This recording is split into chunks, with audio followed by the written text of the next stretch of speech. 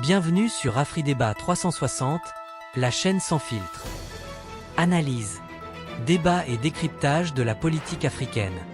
AfriDébat, le radar de l'Afrique. Abonnez-vous, likez et partagez. En quelques minutes, un petit tour de table, la restructuration du Conseil national des droits de l'homme qui a élu le mardi 24 mars son nouveau bureau exécutif en portant à sa présidence le docteur Adjelou Christian Arnaud, enseignant-chercheur et juriste de renom qu'on a déjà reçu sur ce plateau. Je voudrais commencer, messieurs et dames, par Élisée. Élisée, un petit point rapide. Cette restructuration au niveau du CNDH, quel impact ? Ben, déjà à l'attention du public, il faut dire que c'est quelque chose qui s'inscrit conformément au test. Tout à fait. Voilà, et les membres du bureau exécutif du CNDH sont élus pour 6 ans, pour 6 ans non renouvelables. Je pense même qu'ils ont dépassé un peu, juste de quelques mois, leur mandat. Donc il était important de renouveler les instances donc, du parti, désolé, du CNDH, voilà, du Conseil national des droits de l'homme. Oui. Et donc, ce qui a été fait, et donc à l'issue de ce renouvellement des instances-là, Adjelou Christian, qui est docteur Adjelou Christian, qui donc fait partie, parce qu'il est important quand même qu'à l'attention du public, on explique un peu la composition, parce que tout le monde ne sait pas trop, et il est bien quand même de si on décryptait donc les 12 conseils qui représentent les forces vives de la nation. Voilà. Je vais lire rapidement. Le décret numéro 2019, du 6 février 2019, déterminant les modalités de désignation des membres du Conseil national des droits de l'homme, en abrégé CNDH. Donc voilà ce que l'article 1 dit. Le présent décret détermine les modalités de désignation des membres de la Commission centrale du Conseil national des droits de l'homme, en abrégé CNDH, en application de l'article 7 de la loi numéro 2018-900 du 30 novembre 2018 portant création, attribution, organisation et fonctionnement du Conseil national des droits de l'homme. La commission centrale du CNDH est composée de 12 membres, ayant tous des voix délibératives, issues des structures associatives, socio-professionnelles et d'experts, ainsi qu'il suit. Et là, je veux vraiment qu'on fasse tous silence et qu'on écoute religieusement. Une personnalité issue des organisations non gouvernementales reconnues pour ses compétences en matière de promotion et de protection des droits de l'homme. Oui. Une personnalité issue des organisations non gouvernementales reconnues pour ses compétences en matière de promotion et de protection des droits de la femme.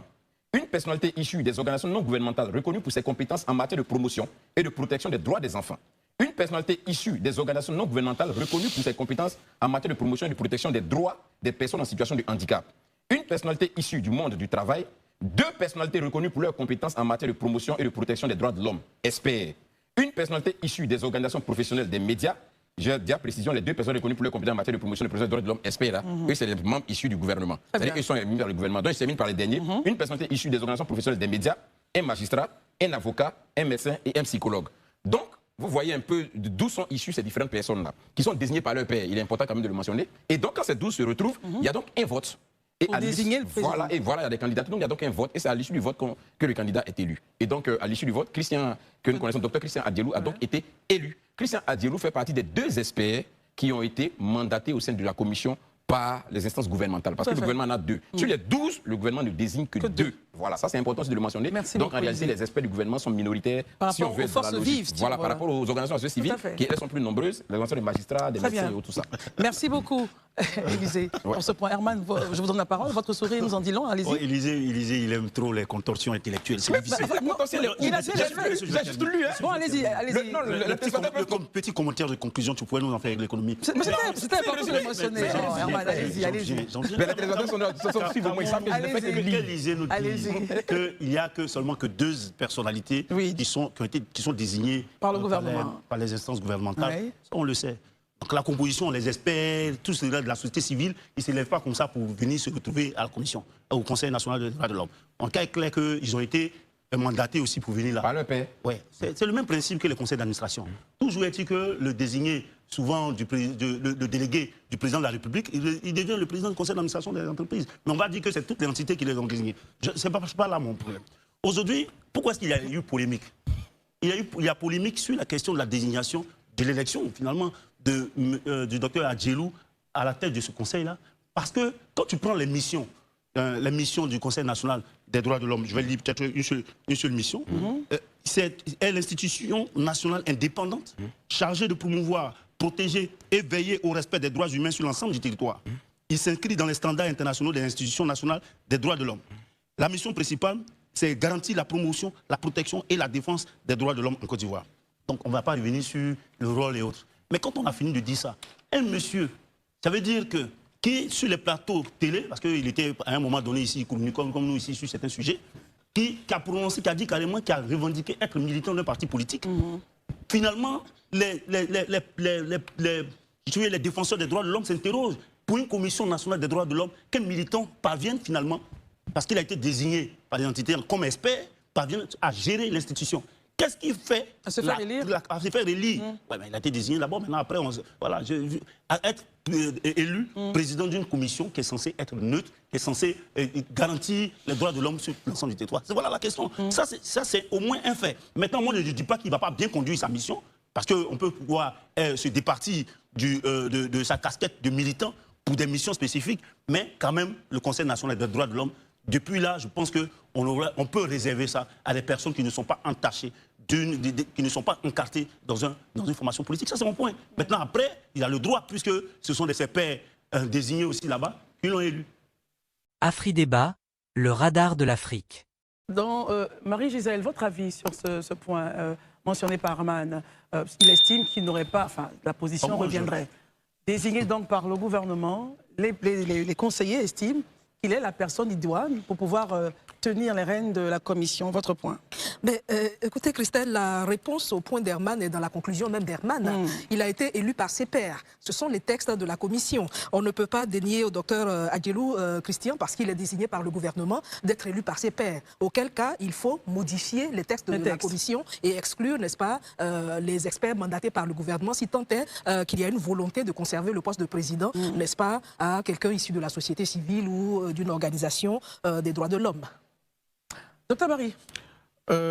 Christelle, je pense que la polémique qui a suscité l'élection du docteur Adjelou, comme Herman le disait, c'est en rapport avec les passages télé, mais je pense que ça ne suffit pas pour infirmer ou confirmer les compétences d'un individu, en fait. Ce que je veux dire ici, c'est que c'est une élection qui vote. Ce n'est pas 31 millions de personnes, ce sont les commissaires.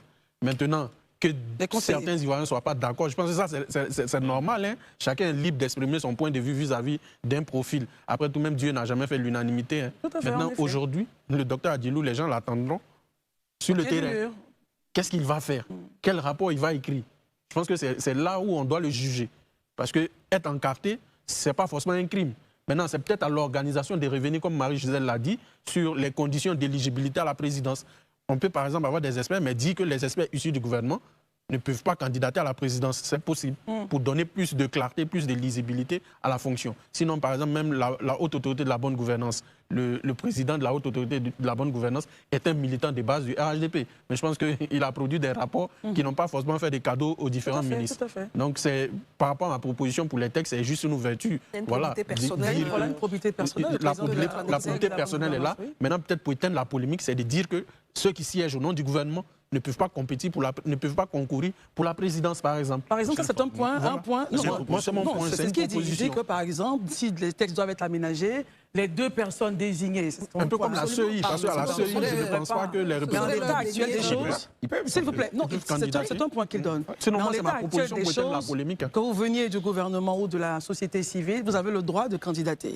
Et ceux qui votent ont le droit de voter qui ils veulent, n'est-ce pas? Donc on ne peut pas leur en vouloir aussi à ces 12 personnes-là, ou à ces 10 personnes d'avoir choisi. Ce serait un peu fort de café que dans une commission des droits de l'homme, on dénie ces droits à certains individus sans avoir touché les textes. Non, moi, je pense déjà que, vous voyez, dans ce pays-là, on fait un amalgame de tout. Et ce qui me fait mal, les gens prennent leur cas pour des généralités. Si vous êtes dans un parti politique, vous n'arrivez pas suffisamment à prendre de la hauteur et donc à comprendre qu'il y a un intérêt général qui va au-delà de votre parti, mais c'est pas ça, c'est votre droit. Mais c'est vous qui le voyez. Mais c'est pas le cas pour tout le monde. Mais dans ce pays-là, pourquoi on veut changer quelque chose qui a existé depuis toujours? Christelle, vous savez le président du Conseil constitutionnel, Léopold Ndré, militant avéré du FPI. Vrai ou faux? Ça a empêché M. Laurent Gbagbo de le désigner comme président du Conseil constitutionnel. La dernière instance, le dernier recours en matière électorale. Mais est-ce que parce qu'il a été désigné par Laurent Gbagbo, il allait faire l'affaire du FPI forcément? C'est la question qu'il faut se poser. À un moment donné, ce n'est pas parce que les gens ont des étiquettes de partis politiques n'ont pas de compétences, ça veut dire qu'ils n'ont pas de compétences. Est-ce que ça veut dire que ceux qui ont la compétence dans ce pays-là ne doivent pas être encadrés d'un parti politique? Ils peuvent. C'est leur droit. Tout citoyen est libre de militer dans le parti qu'il veut. Maintenant, la fonction que chacun occupe exige de votre part une attitude.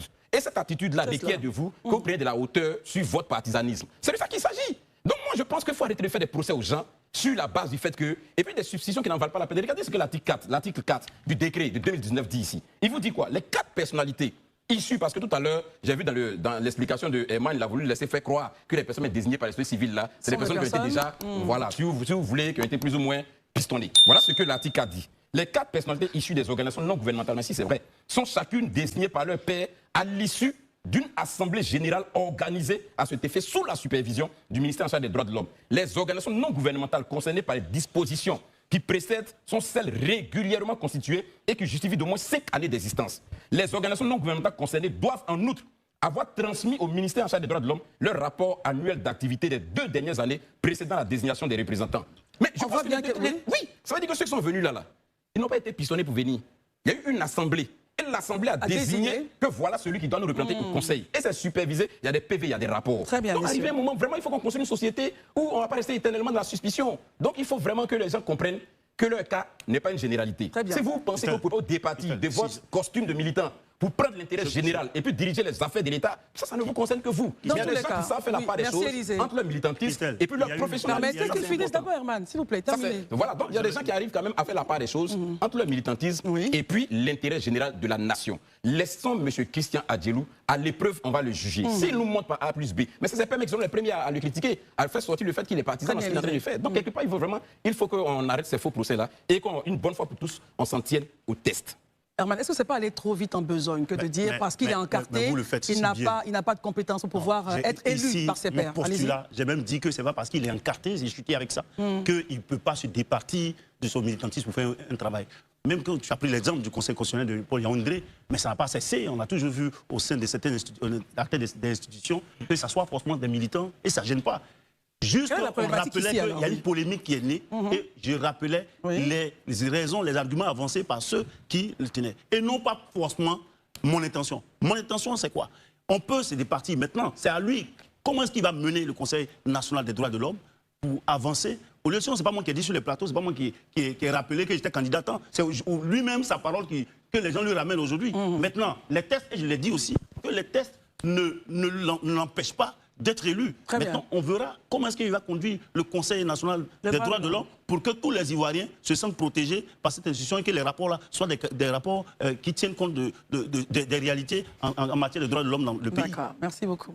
Dans tous les cas, le docteur Christian Adjelou a été donc élu par ses pairs et on sait qu'il a de la compétence en fonction du CV que nous avons ici. Il a la compétence pour juger.